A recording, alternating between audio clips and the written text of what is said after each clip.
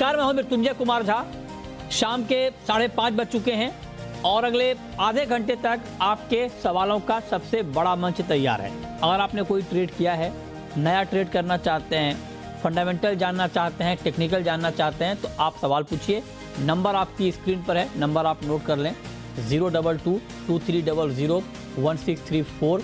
इसके अलावा आप 022-2300-1635 पर भी अपना। दिन की शुरुआत एक महत्वपूर्ण खबर के साथ। खबर यह है कि इंडोनेशिया ने पाम तेल के एक्सपोर्ट पर जो छूट वहां पर दी जा रही है उसको 2 महीने के लिए और बढ़ा दिया है और अब इसे 31 अक्टूबर तक कर दिया है। पहले 31 अगस्त तक था।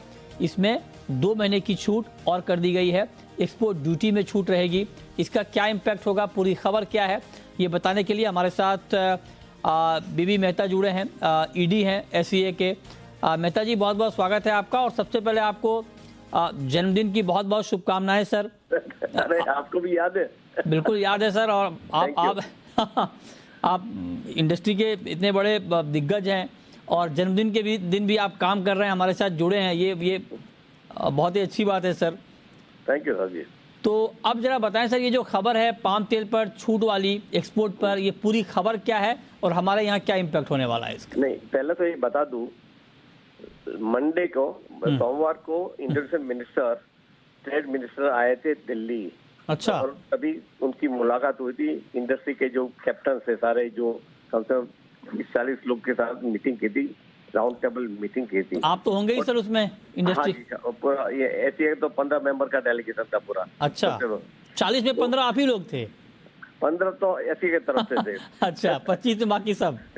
हाँ, तो तभी हमने उनको बताया था हाँ। कि जो दिक्कत आई। और अभी नए मिनिस्टर है, basically he from the business community, तो काफी समझ में आई कि क्या क्या तकलीफें हुई है। वो तकलीफें, उसमें ये भी पॉइंट था लेवी और एक्सपोर्ट ड्यूटी। तो लेवी की वजह से कि भी आप मार्केट जो मार्केट आप इंडोनेशिया के मूव हो रही है मलेशिया की तरफ। हाँ जी, मूंगे वाला। अच्छा जी, आवाज हाँ, आ रही मेरी? हाँ आ रही सर, यस। तो वहाँ बताया कि देखियो, एक जमाना में 70% पाम ऑयल इंडोनेशिया से था, 30% मलेशिया से आ रहा था। But because of export duty and levy, you are losing the market. And today the share of Malaysia is increase from 30 to 50। Indonesia का शेयर 70 to 50 पे आ गए। तो ये उनके सामने, क्योंकि अगर आप, और वहाँ इतना स्टॉक है, उनकी भी मजबूरी है कैसा भी करके एक्सपोर्ट करना है। तो ये भी एक पॉइंट उसमें डिस्कस हुआ कि आप लेवी और जो एक्सपोर्ट टैक्स है उसमें आप ध्यान दीजिए। तो लेवी तो इमीडिएटली एक्सटेंड होगी, मगर एक्सपोर्ट जो ड्यूटी है वो बढ़ेगी। अच्छा, तो सर ये बताइए कि नेट प्राइस, जो रेफरेंस प्राइस है उसके वजह से हाँ, ड्यूटी जो 74 है 124 हो जाएगी। अच्छा, हाँ, तो बढ़ेगी। पर ओवरऑल अगर हम देखें कि component of levy and export tax, वो भी 124 रह गए महीने से, वो एक क्लियर हुआ है। तो हमारा इंपोर्ट बढ़ेगा क्या? इंपोर्ट के असर नहीं है। कहने का मतलब मलेशिया ये टाइम में इंपोर्ट ज्यादा होगा पाम का। हाँ, कि हाँ। जो क्या था कि जो जब भी पाम और सोया सन में गैप ज्यादा है, 300 250 से 300, तो पाम ज्यादा आता है। गैप कम होता है तो सोया और सनफ्लावर में लोग चले जाते हैं। तो automatic because of this come हुआ है, तो डेफिनेटली ज्यादा पाम आएगा अगले महीने में भी। अगस्त, सितंबर, अक्टूबर में पाम ज्यादा आएगा उसकी वजह से। And they are also worried कि भाई कैसे करके स्टॉक कम करे इंडोनेशिया वाले। ओके, तो सितंबर अक्टूबर में आप कह रहे हैं कि ज्यादा पाम आएगा। तो सर, अगर ज्यादा पाम आएगा तो फिर वही सवाल जो मैं हर बार आपसे पूछता हूँ, और आज तो आपका जन्मदिन भी है, आप एक और खुशखबरी फिर दे दें आपकी, जब सितंबर अक्टूबर में ज्यादा पाम आएगा तो फिर दाम घटेंगे और रिटेल में? देखिए, पाम ज्यादा आएगा तो सोयाबीन कम आएगा, सनफ्लावर कम आएगा। सिंपल। अच्छा। टोटल आपका वॉल्यूम मोरल सेम ही रहने वाले हैं। शिफ्टिंग हो रहा है। सोयाबीन अब तक ज्यादा आया था क्योंकि अपने पास पाम नहीं आ रहा था, वहाँ सनफ्लावर नहीं था। इसके वजह से जो हुआ था पाम का ज्यादा था, सॉरी सोया ज्यादा आया। मगर अभी सिचुएशन बदल रही है। तो अगले 2 महीने में ज्यादा पाम आएगा ऐसा लग रहा है, तो या कम होगा। जहां तक प्राइस की बात कर रहे हैं, यस, प्राइस जो देख रहे हैं कि प्राइस स्टेबल, ये तो नीचे थोड़ी और जा सकती है। आज भी जो अनाउंसमेंट आया बाद में मार्केट में भी थोड़ी हलचल थी और प्राइस नीचे गई है आज। तो यहाँ पर सर रिटेल में दाम और कम होने की गुंजाइश है, एमआरपी कम होने की और गुंजाइश है आपके हिसाब से? एमआरपी देखिए, पहले भी मैंने बता चुका हूं आपको, एमआरपी जब भी अगर आपकी इनवर्ड प्राइस कम होगी, इंटरेस्ट प्राइस कम होगी और आपकी cost of import is reduce, तो एमआरपी में फर्क पड़ने वाला है। तो अभी देखते हैं, अभी मैं ऐसा नहीं बोल रहा हूँ कि कल से होने वाले, ऐसा मैं नहीं बोल रहा हूँ, क्योंकि ऑलरेडी इंडस्ट्री ने 30 से 40 रुपया कम कर दिया अगले लास्ट 2 महीने में। और साथ में ये भी हुआ है कि इंडस्ट्री का काफी नुकसान भी पड़ना। सडनली जो प्राइस क्रैश हुई $1900 से आज $600 निकल के बाद $1100 तक आ गया, उसमें काफी लोगों को नुकसान भी हुआ है और खासकर जिसने हेज नहीं किया वो काफी तकलीफ में आए हैं। और यहाँ आज हेजिंग बंद है, सीपीओ और सोयाबीन ऑयल का हेजिंग बंद है। कहाँ करेंगे आप हेज? या तो आप केएलसी में करें, जो बड़ी कंपनी वाले तो कर लेंगे, छोटे वाले कहाँ जाएंगे, कहाँ करेंगे? तो वो भी जरूरी है कि फ्यूचर ट्रेडिंग की जरूरत है। इसको लेकर कुछ बातचीत हुई है क्या सर आप लोगों की? फ्यूचर ट्रेडिंग को लेकर कुछ बातचीत अभी नया कोई डेवलपमेंट इसको लेकर? नहीं, फ्यूचर ट्रेडिंग हम जो जहाँ तक हमारा इंफॉर्मेशन है कि गवर्नमेंट में रीथिंकिंग चल रहा है कि फ्यूचर ट्रेडिंग फिर से चालू किया जाए। अच्छा अच्छा, तो गवर्नमेंट थिंकिंग चल रहा है। ओके, फिर ऐसे ही दिसंबर तक तो रुका के रखा है, उसके पहले भी शायद चालू हो सकता है। ओके, फ्यूचर ट्रेडिंग से फायदा होगा किसान को भी।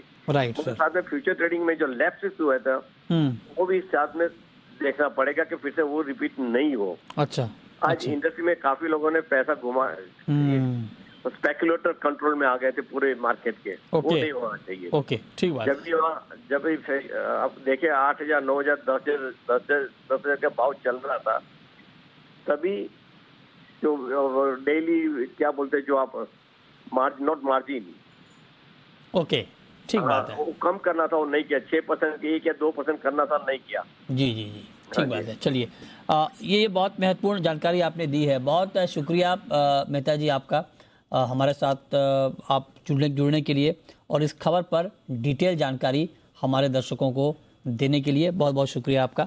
चलिए आगे बढ़ते हैं और एडिबल ऑयल के बाद अब हम बात करते हैं जीरे की। और जीरे में देखिए बेतहाशा तेज़ी, आज फिर रिकॉर्ड ऊंचाई पर भाव पहुंचा है, ज़ोरदार तेज़ी आई है। और आप देखिए कि आज जीरे का भाव 25,700 के भी ऊपर चला गया इंट्राडे में, 755 रुपये बढ़कर आखिर मतलब इतनी तेज़ी, हालांकि डिमांड ठीक ठाक है, ये बात ठीक है, लेकिन बेतहाशा तेज़ी, एक तरफा तेज़ी क्या अभी और कंटिन्यू रहने वाली है, ये बताने के लिए हमारे साथ ऊंझा जो कि जीरे की सबसे बड़ी मंडी है, वहाँ से किशोर शाह हमारे साथ इस वक्त जुड़े हैं, जीरा के ट्रेडर हैं और जीरा पर बहुत गहरी पकड़ रखते हैं। किशोर जी, बहुत बहुत स्वागत है आपका। ये जीरा हीरा क्यों बन गया सर? धन्यवाद सर, बताइए सर। मैं पूछ रहा हूँ कि जीरा हीरा कैसे बन गया? वो तो देखो, मैंने आपसे पहले बात की थी 2 महीने पहले, जब आपका पहले टारगेट 235 रुपए था, वो भी अचीव हो गया। उसके बाद दूसरा टारगेट 260 पैसे का, वो भी अचीव हो गया। अब क्या है नया टारगेट? अब दूसरा तीसरा टारगेट लिख दिया, पहले 275 और उसके बाद 305। 305? हाँ अच्छा, हाँ, ये दोनों 275 जल्दी से ये हो जाएगा अचीव। उसके बाद ये फिर जीरा भागेगा, फिर रुकने वाला नहीं है। तो अभी रुके, मतलब आपका 305 का टारगेट आने से पहले कोई करेक्शन आएगा या एक तरफा तेजी रहेगी? इसमें करेक्शन 2-5 रुपए का, बाकी कोई करेक्शन नहीं। जो करेक्शन बीच में आ गया 255 होके 245 हो गए थे, ये करेक्शन आ गया, अब बढ़ेगा। अब जब भी करेक्शन आएगा वो डिलीवरी के टाइम में, अभी नहीं आएगा। तो ये 305 की जो बात आप कर रहे हैं, क्यों कर रहे हैं? क्या अभी फंडामेंटल में आपको नया दिख रहा है जिससे आपको लगता है कि दाम और बढ़ेंगे? एक तो मैं आपको बता दूं सर कि एक तो एक्सपोर्ट अच्छा है, जो लास्ट सीजन के अंदर एक्सपोर्ट किया वो अभी एक्सपोर्ट अच्छे तरह जा रहे, चाइना हो, बांग्लादेश हो, चाहे अपने ये पाकिस्तान हो। दूसरा, जो इंपोर्ट जो एक्सपोर्ट करती थी कंट्री, वो आज इंपोर्ट कर रही है जीरा अपने यहाँ से। अच्छा, जैसे टर्की है, टर्की एक्सपोर्ट करती थी, वो आज अपने यहाँ से इंपोर्ट कर रही है। अच्छा, तो ये सब कारण। और दूसरी बात ये है कि जो जीरा है वो इंडिया के अलावा कहीं भी अभी सप्लाई इतनी बड़ी नहीं है।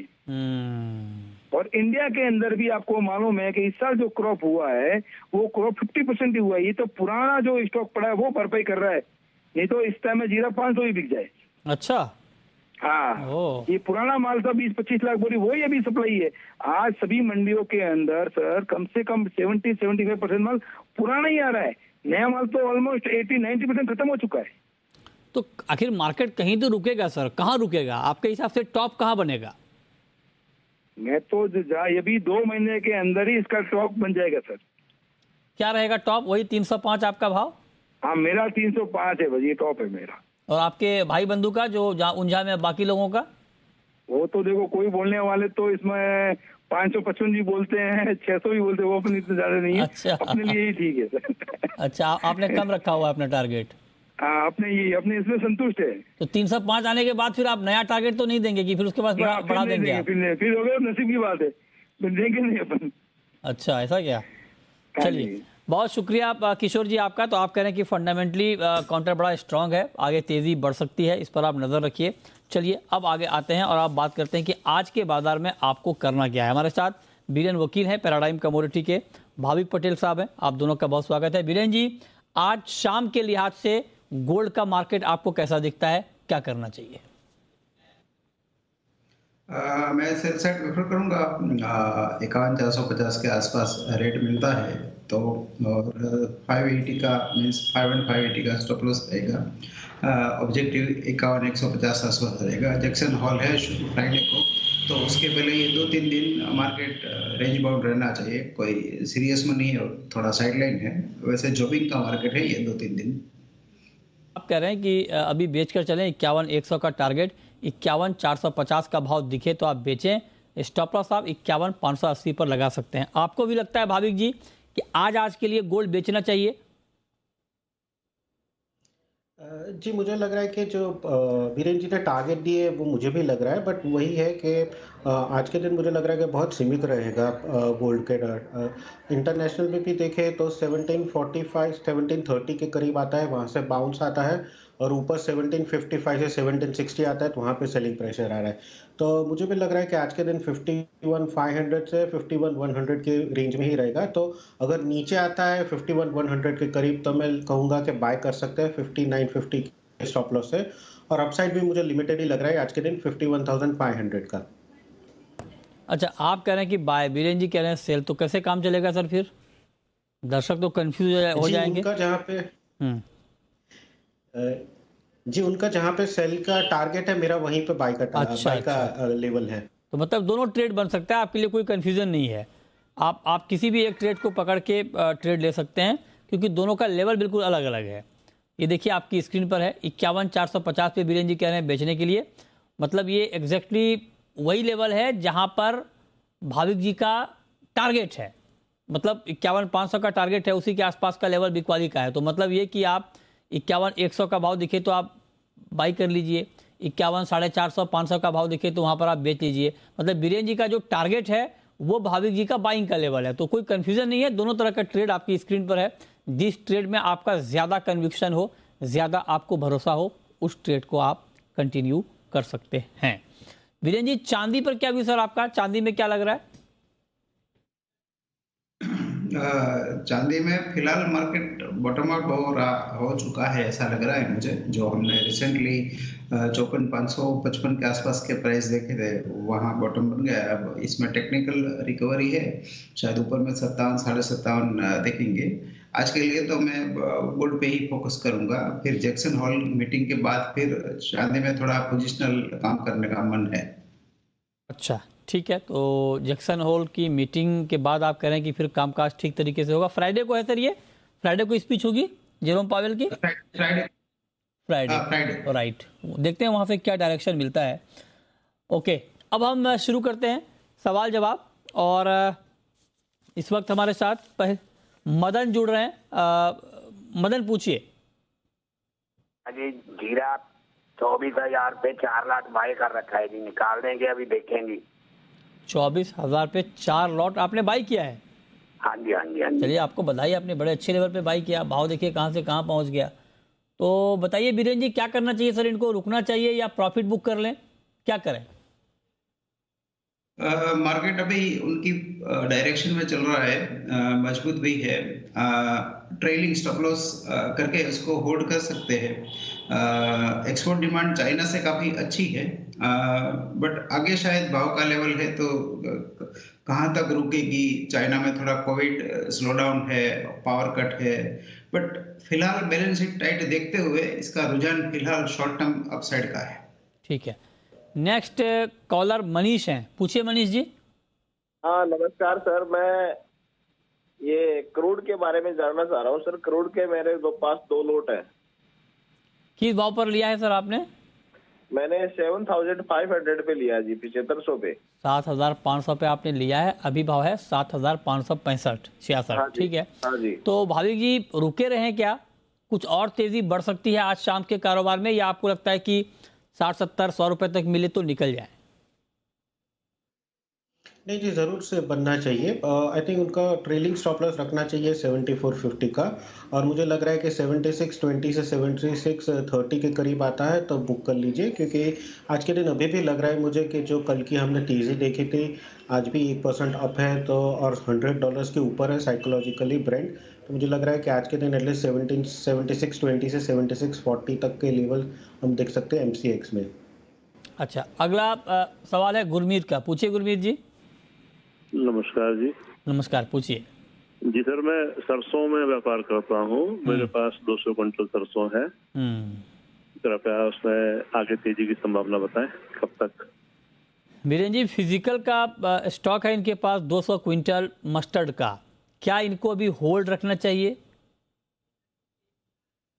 मार्केट में कैरी फॉरवर्ड काफी ज्यादा है। लास्ट ईयर जो फसल करीबन 1,10,00,000 समथिंग हुई थी, और अभी जो खाने के तेल है, पाम तेल खास करके काफी गिर गया है। मस्टर्ड DOC भी काफी कमजोर रहा, अपने हाई में जो 35,000 हो गया था और अभी 22-23,000 है। मैं समझता हूँ कि शायद नवरात्र का समय में जो ईस्ट की डिमांड निकलती है, दुर्गा पूजा समय, तो उस समय निकल जाना चाहिए। ओके, ठीक है। नेक्स्ट कॉलर हमारे साथ दिनेश जुड़ रहे हैं मेरठ से, पूछिए दिनेश जी। सर मेरे पास क्रूड ऑयल से 2 लॉट बाई किया है मैंने 7420 रुपए में। किस भाव पर? 7420। 7420, अभी है 7550, 130 रुपए आपके लेवल से ऊपर है। बीरेन जी निकल जाए क्या? जो बाई एंट्री है वहां पे ट्रेलिंग स्टॉप लॉस रखना चाहिए, और प्रॉफिट बुकिंग के लिए 7620 का लेवल रख सकते हैं। ठीक है, ये रहा आपके लिए कच्चे तेल पर फिलहाल भाव 7,550 के ऊपर ट्रेड कर रहा है। अच्छा, नेचुरल गैस पर भाविक जी क्या ताज़ा व्यू है आपका? क्योंकि आप देखिए कि पिछले 2-3 दिनों में बहुत बड़ी तेज़ी आई नेचुरल गैस में। आज मार्केट एक बार फिर से बढ़ने लगा है, 750 के आसपास पहुंचा है। क्या ट्रेड लिया जाए एनजी में? जी, एनजी में काफ़ी न्यूज़ है और उसकी वजह से हमने हाईली वॉलेटाइल देखे कि पहले अगर न्यूज़ देखे तो रशिया जो है वो अगस्त 31 से 3 दिन के लिए मेंटेनेंस करेंगे पाइपलाइन, तो नॉर्थ स्ट्रीम से नहीं आएंगे नेचुरल गैस, तो उसी की वजह से हमने तेज़ी देखने को मिल रही थी। और कल अगर देखें तो काफ़ी मंदी होने में लगी, क्योंकि फ्रीपोर्ट LNG जो US में है, जो जून में आग लगी थी, तो एक्सपेक्टेशन थी कि वो अक्टूबर में शुरू होगी, बट अभी उन लोगों ने बोला कि नवंबर में शुरू होगी। तो US के पास ज़्यादा इन्वेंट्री होगी, क्योंकि वो जो एक्सपोर्ट करेंगे वो लेट करेंगे, तो उसकी वजह से US फ्यूचर में हमें गिरावट देखने को मिली है। बट आई थिंक आगे जाके भी अगर देखें तो मुझे लग रहा है कि कहीं ना कहीं यूरोप को शॉर्टेज होने वाली है नेचुरल गैस में, तो तेज़ी में ही रुख बने रखिए। तो इंट्राडे पर्पस तो नहीं, बट एटलीस्ट पोजिशनली अगर देखें तो 725 के स्टॉप लॉस से यहीं से मैं बाय की रिकमेंड करूंगा, और टारगेट रहेगा 775 का। ठीक है, कैलाश चंद्र मोदी हमारे साथ जुड़ रहे हैं सदलपुर से, पूछिए कैलाश जी। नमस्कार सर। नमस्कार, पूछिए। सर एल्यूमिनियम 225-30 के करीब जाने की संभावना है क्या? 225-30, अभी एल्युमिनियम का भाव है 211 रुपये 50 पैसे के आसपास। तो बीरेन जी, क्या आपको लगता है कि एल्युमिनियम में एक बार फिर से ठीक ठाक तेजी का माहौल बनेगा और 225-30 तक जा पाएगा भाव? शायद विंटर में जा सकता है, अगले विंटर में, मीन्स दिसंबर जनवरी के समय में, जब चाइना में, सॉरी, यूरोप में जब विंटर होगा, क्योंकि वहाँ सप्लाई कट लगातार जारी है और अब चाइना में भी सप्लाई कट शुरू हो गए हैं। इसकी 3-4 महीने की जो रेंज है, इसको हम 205 से 225 मान के चल सकते हैं।